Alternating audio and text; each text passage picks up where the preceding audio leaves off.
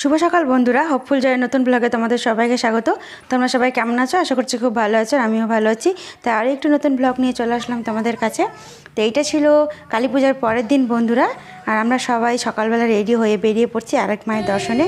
তো তোমরা পুরো ভিডিওটি স্কিপ না করে দেখতে থাকো, আশা করছি খুব ভালো লাগবে। তো চলো বন্ধুরা দেখো। ব্যাগ দিয়ে এমন করে এমন ধরে ঘুরলো আর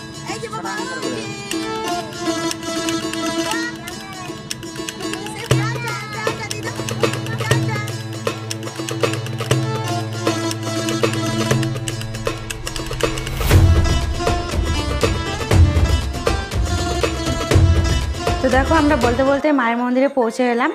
আর এই মায়ের কাছে কিন্তু প্রত্যেকবারই আমরা আসি ভক্তিতে, আর না আসলে কেমন যেন লাগে, বাড়িতে ভালো লাগে না, তাই প্রত্যেকবারই আসি।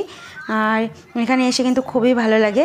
তো আমরা এসেই দেখছি মন্দির খুব একটা ভিড় নেই, কারণ সকালের দিকে এসেছিলাম তো খুব একটা ভিড় ছিল না। তো আমরা সহজেই মন্দিরে ঢুকতে পেরেছিলাম, কোনো ঠেলাঠেলি ছিল না, লাইনও দিতে হয়নি।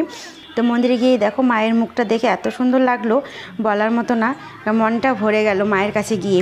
এত কাছ থেকে মাকে দেখলাম, মানে এর আগেও মায়ের কাছে অনেকবারই গেছি, কিন্তু মানে এত কাছ থেকে দেখিনি, তো এবার খুব কাছ থেকে দেখলাম। আর একটা জিনিস মায়ের মানে কাছে গিয়ে একটা জিনিস লক্ষ্য করলাম এবার, এর আগে আমি অনেকবারই এসেছি কিন্তু দেখিনি। তো এবার মায়ের তোমরা পুরো ভিডিওটা যদি তোমরা দেখো ভালোভাবে, তাহলে বুঝতে পারবে মায়ের বাঁ হাতে একটা পাখি ছিল কালো রঙের। তো সেটা প্রথমে আমি ভেবেছিলাম হয়তো কাক হবে, কিন্তু কাক না, পায়রা হবে।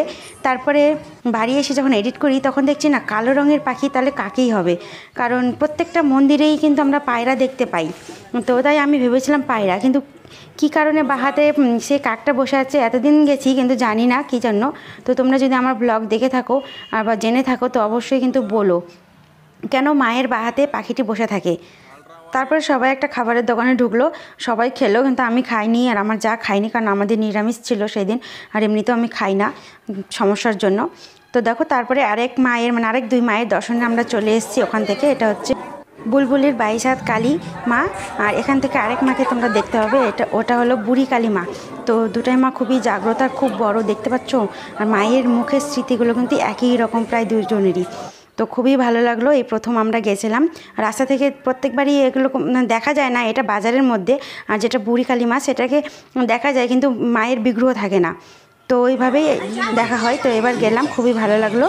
তো তোমাদের আমার ভিডিও কেমন লাগে অবশ্যই কিন্তু কমেন্টে জানাও, আর পারলে একটা শেয়ার করে দিও, আর যদি ভালো লেগে থাকে একটা লাইক দিয়ে চ্যানেলটি সাবস্ক্রাইব করে আমার পাশে থেকো। পুজো পুজো পুজো পুজো আসছে, এই কথাটা শুনতেই ভালো লাগে, কিন্তু দেখো এখন পুজো শেষ হয়ে গেল, খুবই খারাপ লাগছে।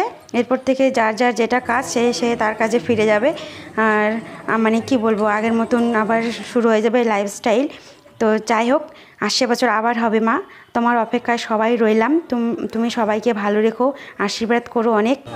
তো আজ এই পর্যন্তই বন্ধুরা, দেখা হবে এবার নেক্সট ব্লগে। তোমরা ততক্ষণ ভালো থেকো, সুস্থ থেকো।